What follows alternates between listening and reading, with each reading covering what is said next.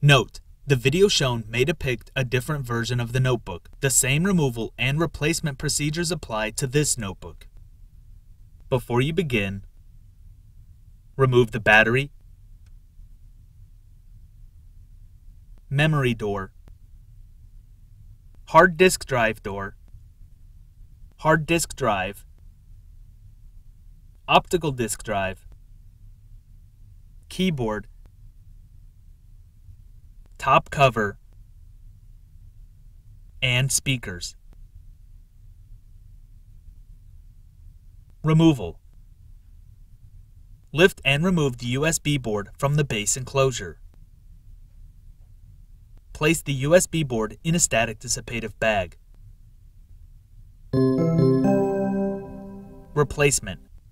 Grasp the USB board by the edges and remove it from the static dissipative bag. Replace the USB board over the alignment pins built into the base enclosure.